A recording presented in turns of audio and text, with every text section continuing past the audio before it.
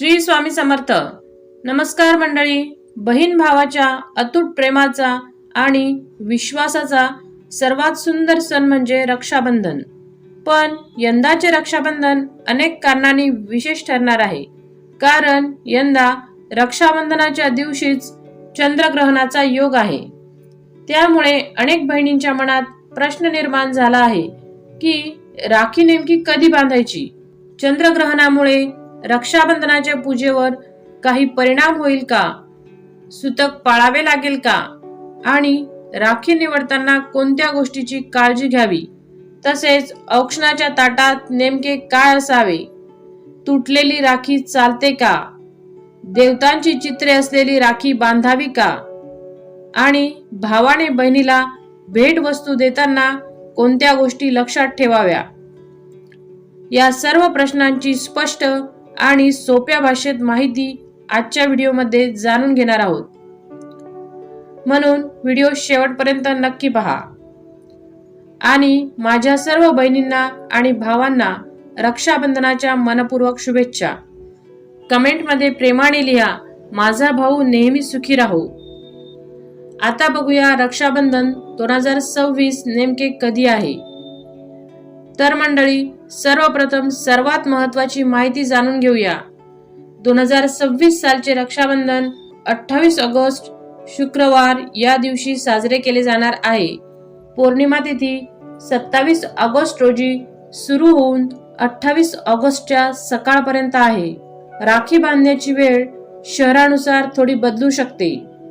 त्यामुळे आपल्या शहराच्या स्थानिक पंचांगानुसार वेळ पाहणे अधिक योग्य राहील.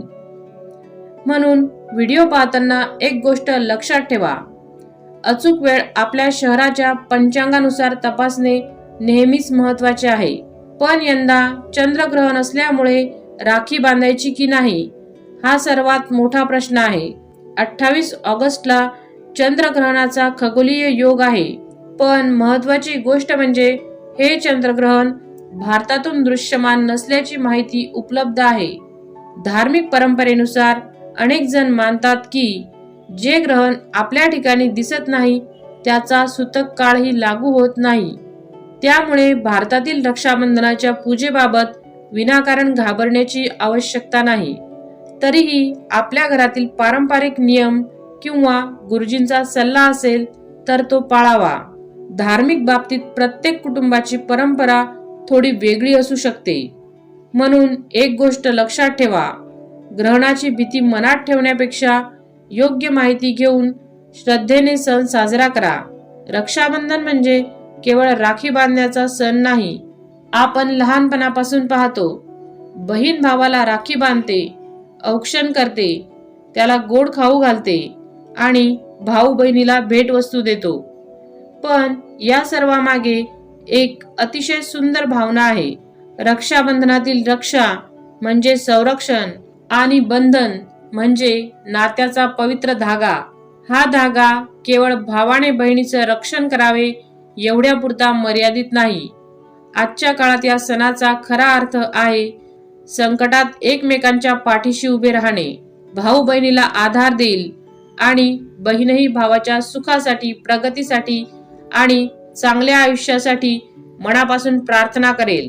हे नाते रक्ताचे असो किंवा मनाने जोडलेले असो, त्यामध्ये प्रेम आणि विश्वास असेल तर रक्षाबंधनाची भावना अधिक सुंदर बनते.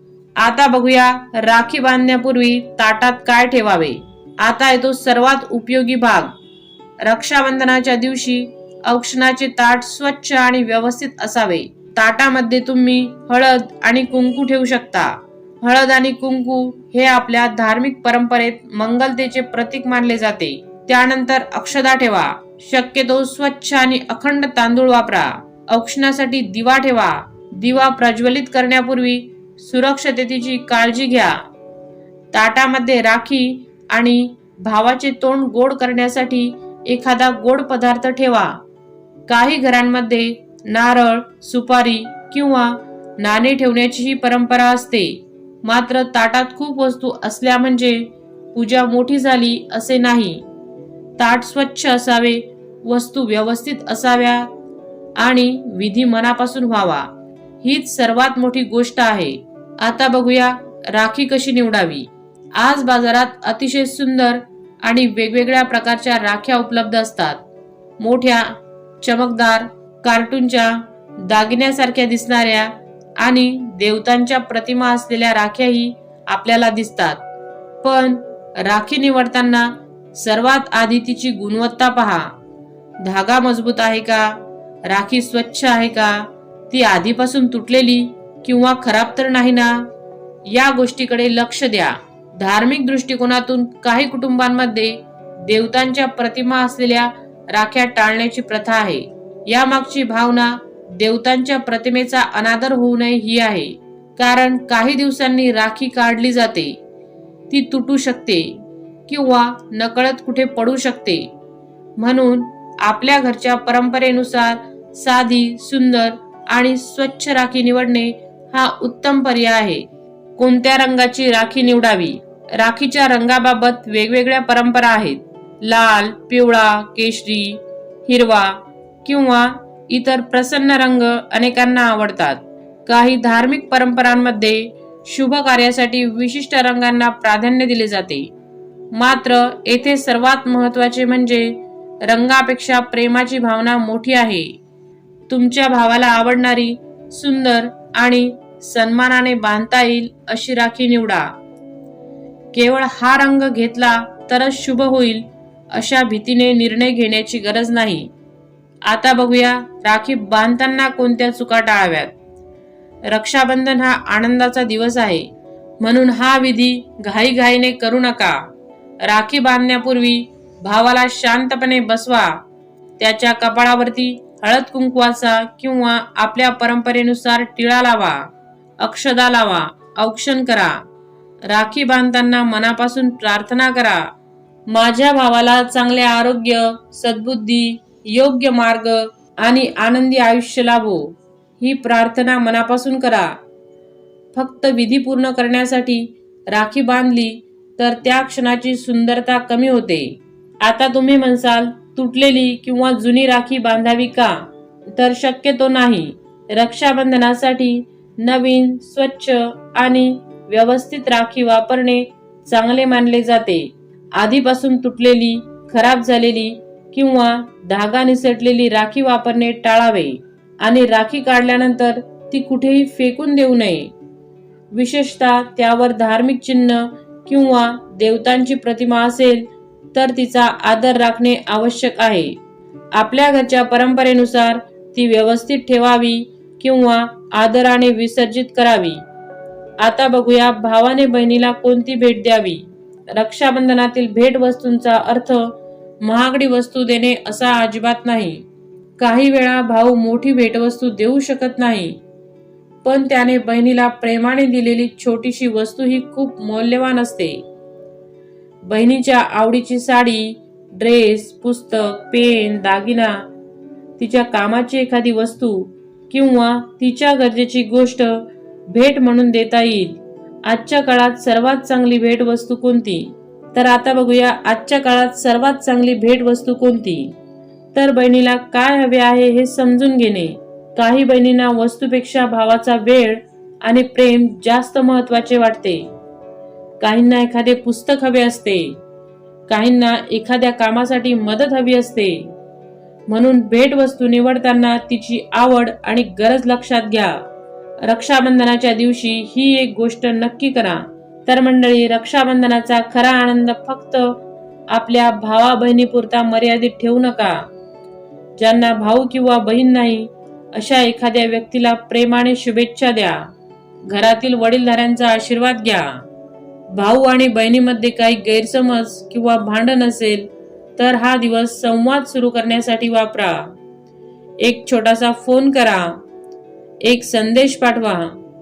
मला तुझी काळजी आहे एवढे जरी म्हटले तरी अनेक नाती पुन्हा जुळू शकतात.